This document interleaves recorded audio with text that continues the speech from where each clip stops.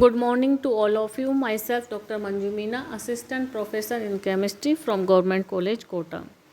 आज हम BSc part 3 organic chemistry में 5th यूनिट में फैट्स, ऑयल्स एंड डिटर्जेंट्स के अंतर्गत सामान्य वसा अम्ल एवं तेलों के हाइड्रोजनीकरण के बारे में विस्तृत रूप से अध्ययन करेंगे। सर्वप्रथम देखेंगे सामान्य वसा अम्ल या कॉमन फैटी एसिड।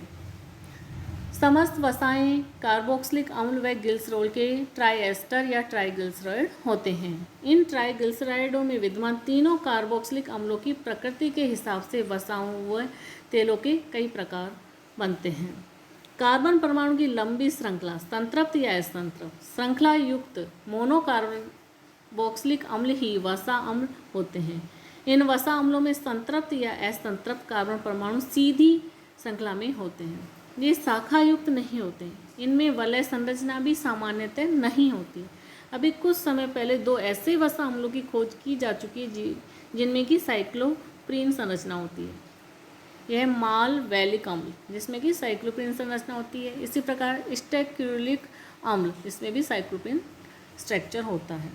वसा अम्लों को सामान्य नाम से ही हम जानते हैं। इनके सामान्य नाम ग्रीक या लैटिन शब्द से होते हैं जो कि इनके स्रोत से संबंधित होते हैं। प्रकृति में पाए जाने वाले लगभग सभी वसा अम्लों में कार्बन परमाणुओं की सम संख्या पाई जाती है।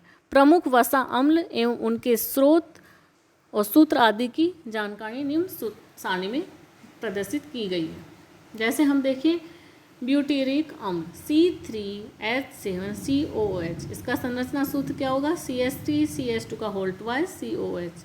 इसका स्रोत क्या है? मक्खन। कैप्रोइक एसिड C5H11COOH, ये कहाँ से प्राप्त होता है? बकरी व गाय के मक्खन और नारियल वसा में। कैप्राइलिक अम्ल C7H15COOH, इसका स्रोत क्या है? बकरी व गाय का मक्खन, नारियल तेल, मानव वसा। कैप्रिक अम्ल C9H19COOH, ये प्राप्त होता है हमें नारियल तेल, बकरी गाय का मक्खन से। लोरिक अम्ल है C11H23COOH, ये हमें प्राप्त होता है मक्खन, नारियल वसा, खजूर का तेल आदि से। मिरिस्टिक अम्ल C13H27COOH, ये प्राप्त होता है जायफल, मक्खन, नारियल तेल, मक्खन, सुअर की चर्बी। पामिटिक एसिड C15H11H31COH, भेड़ की चर्बी, मक्खन, गाय, पिग की चर्बी, जैतून, बिनोले व धान का तेल। स्टेरिक एसिड C15H35COH, ये एनिमल्स की चर्बी, मक्खन व तेल से प्राप्त होता है। अब असंतृप्त वसा अम्ल है ओलेइक अम्ल, जिसमें कि एक डबल बॉन्ड हो C17H33COH, ये क्या है? सिस। ये कहाँ से प्राप्त होता है? अधिकांश वसा व तेलों से। इसका ट्रांससमवेवी इलियाडिक अम्ल प्रकृति में नहीं पाया जाता। सेकंड है लिनोलिक एसिड, इसमें कितने डबल बॉन्ड होते हैं? 2, 1 और ये 2, ये अलसी के तेल में पाया जाता है। थर्ड है लिनोलिनिक अम्ल, इसमें कितने डबल बॉन्ड होते हैं? 1, 2, 3, C17H29COH, ये पाया जाता है अलसी के तेल में। किसी भी वसा अथवा तेल में क्या क्या संगठन होते हैं और कितने कितने ट्राइग्लिसराइड विद्यमान हैं, इसकी सही जानकारी मिलना तो कठिन है। लेकिन किसी तेल अथवा वसा में प्रमुखतः किस किस वसा अम्ल की कितनी प्रतिशत मात्रा उपलब्ध है, ये हम ज्ञात कर सकते हैं। और इस सारणी में उनके कुछ प्रमुख तेलों वसाओं में विद्यमान वसा अम्लों की प्रतिशत मात्रा को दर्शाया गया है कि किसमें कितनी प्रतिशत मात्रा है। नेक्स्ट हम देखेंगे ग्लिसराइड। जैसे कि हम इस सारणी में हमने देखा कि तेलों में असंतृप्त वसा अम्लों की प्रतिशत मात्रा अधिक है, जबकि वसाओं में किसकी मात्रा अधिक है? संतृप्त की। तो रासायनिक दृष्टि से वसा व तेल दोनों ही ट्राइग्लिसराइड है, लेकिन उनकी फिजिकल स्टेट में अंतर है। वसाओं की गलनांक उच्च होता है, अतः सामान्य कमरे के ताप पर यह ठोस या अर्धठोस में रहती है, जबकि तेलों का गलनांक अत्यंत कम है, अतः सामान्य ताप पर यह किस में रहती है? लिक्विड स्टेज में। यदि हम ट्राइग्लिसराइडों की संरचना पे देखें तो यह कारण स्पष्ट हो जाता है कि किसी भी ट्राइग्लिसराइड में 3 वसा अम्ल संतृप्त हो और उसकी संरचना भी सममित टेढ़ी मेढ़ी संरचनाएं एक दूसरे में आसानी से पैक हो जाती है, जिससे कि ये ठोस या अर्धठोस अवस्था में आ जाता है। जैसे हम यहाँ देखें ग्लिसरॉल ट्राइस्टीरेट ट्राइस्टीरेन, ये क्या है? वसा, और इसका मेल्टिंग पॉइंट कितना है 71 डिग्री सेंटीग्रेड। तो ये क्या है, संतृप्त है, जिगजैग है, तो ये आसानी से इसकी पैकिंग हो जाती है। लेकिन यदि ट्राइग्लिसराइड में द्विबंध युक्त असंतृप्त अम्ल आ जाए तो अणु की सममिति संरचना क्या हो जाती है, बिगड़ जाती है, जिससे कि अणुओं की निकटतम पैकिंग संभव नहीं है। इससे अणुओं की निकटतम पैकिंग नहीं हो पाती। इस कारण से किस अवस्था में आ जाता है, द्रव अवस्था में। ध्यान दें कि ये डबल बॉन्ड है। और यदि वसा अम्ल की श्रृंखला में दो द्विबंध आ जाए तो अणु में विकृति और अधिक हो जाएगी, जिससे कि अणु और दूर दूर हो जाएंगे, फलतः और द्रवावस्था में आ जाते हैं और उनके गलनांक के मान और भी अधिक कम हो जाते हैं। और यदि 3 द्विबंध युक्त लिनोलिनिक अम्ल आ जाए तो अणु की विकृति में और वृद्धि हो जाती है और गलनांक और अधिक घट जाता है। तो हम कह सकते हैं कि इन असंतृप्त अम्लों में एथिलीनिक द्विबंध होते हैं और वे सब शेष अवस्था में होते हैं। अब हम देखेंगे असंतृप्त अम्लों का हाइड्रोजनीकरण, हाइड्रोजनेशन ऑफ अनसैचुरेटेड ऑयल्स। तो हम जानते हैं कि तेलों में असंतृप्त वसा अम्लों की परसेंटेज मात्रा अधिक होती है, जबकि वसाओं में विद्यमान वसा अम्लों में संतृप्त अम्लों की परसेंटेज मात्रा अधिक होती है। अतः यदि किसी तेल के असंतृप्त अम्लों का हाइड्रोजनीकरण द्वारा संतृप्त अम्लों में परिवर्तित किया जाए तो तेल का वसा में परिवर्तन हो जाएगा। वनस्पति तेल से वनस्पति घी का निर्माण हम इसी सिद्धांत के आधार पर करते हैं। सर्वप्रथम अमेरिका, इंग्लैंड, अन्य यूरोपियन कंट्रीज में मार्गरीन नाम का पदार्थ मक्खन के विकल्प के रूप में 20वीं सदी के प्रारंभ में उपयोग लाया जाता रहा। इसे तेलों अथवा नरम वसाओं के हाइड्रोजनीकरण द्वारा बनाया जाता रहा।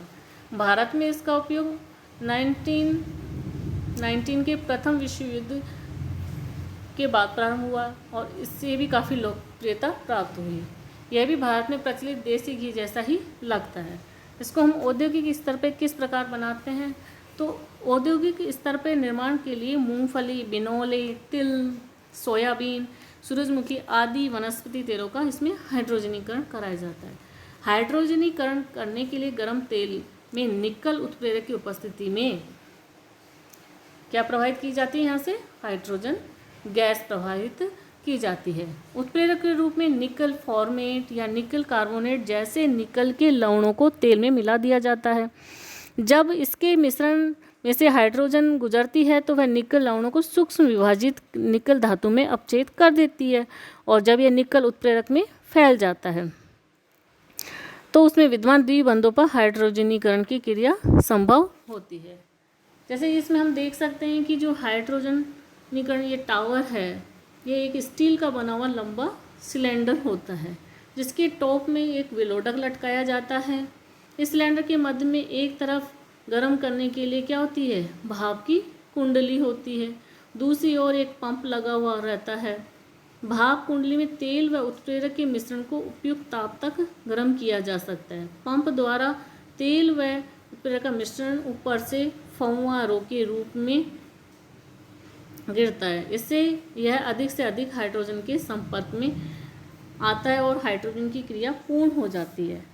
टावर में ऊपर से तेल व मिश्रण का मिश्रण डाला जाता है जबकि नीचे से क्या प्रवाहित करते हैं हम, हाइड्रोजन गैस।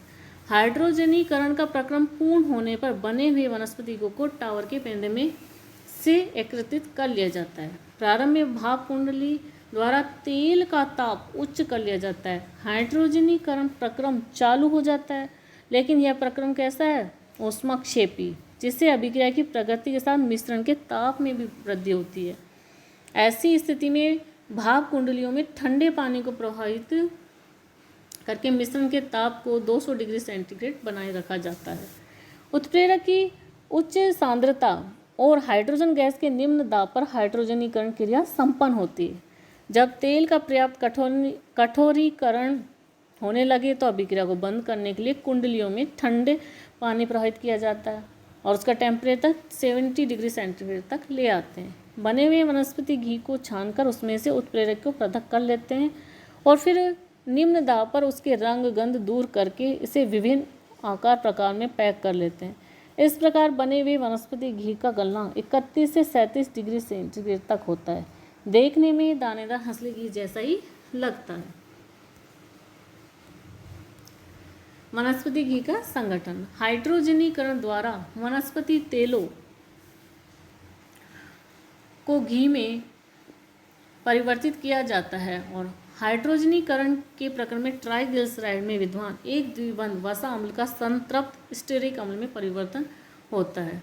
ये हाइड्रोजन निकल उत्प्रेरक के प्रेजेंस में एक द्विबंध युक्त ट्राइओलिलीन किसमें कन्वर्ट हो जाती है, संतृप्त ट्राइस्टीरीन वनस्पति घी में। यहाँ से ये टूटेंगे और यहाँ पर संतृप्त में हो जाएगा। दो द्विबंध युक्त लिनोलीक अम्ल के अपचयन पर एक द्विबंध 9 पोजीशन पे अथवा 12 ओलिक अम्ल में परिवर्तन होता है। साथ ही cis बंधों का अभिविन्यास परिवर्तित होकर ट्रांस बंध बन जाते हैं। जैसे यहाँ देखें 9 10 पे और 12 13 पे, ये किस में आ जाएगा 9 पे। और जो ये cis पोजीशन पे है डबल बॉन्ड, ये जो cis पोजीशन पे किस में कन्वर्ट हो जाएंगे, ट्रांस पोजीशन में। तो इस प्रकार 3 बंध युक्त लिनोलीनिक अम्ल का अपचयन पहले लिनोलीक अम्ल में, फिर ओइक अम्ल में और अंततः स्टीयरिक अम्ल में हो जाता है। लेकिन उत्प्रेरक की चयनित प्रवृत्ति के कारण निकल उत्प्रेरक की सतह पर पहले से अधिक असंतृप्त वसा अम्ल का अधिशोषण होता है। इसके साथ ही सिस अभिविन्यास वाले असंतृप्त वसा अम्ल अवशेष का ट्रांस अभिविन्यास में परिवर्तन हो जाता है। जैसे मूंगफली के तेल से वनस्पति घी के निर्माण में संगठन का परिवर्तन निम्न प्रकार से होता है। पूर्ण संतृप्त वसा अम्ल स्टीयरिक अम्ल 20% होता है, वनस्पति घी में इसका 25% हो जाता है। एक द्विबंध युक्त असंतृप्त वसा अम्ल ओलेइक अम्ल सिस नोनिन यहाँ 55% है, ये कम होकर 35% हो जाता है। दो द्विबंध युक्त असंतृप्त वसा अम्ल लिनोलीक अम्ल में ये 20% होता है और यहाँ 5% रह जाता है। ट्रांसनोनिन में ये नहीं होता, यहाँ 35%। चूँकि वनस्पति घी में ट्रांसनोनिन की पर्याप्त मात्रा आ जाती है जो कि मनुष्य पर प्रतिकूल प्रभाव डालती है, अतः इस कारण वनस्पति घी का उपयोग सही नहीं माना जाता है। नेक्स्ट क्लास में हम इसी क्रम में देखेंगे तेल तथा वसाओं के गुण क्या क्या होते हैं और उसके बाद में सोप्स का विस्तृत अध्ययन करेंगे। Thank you.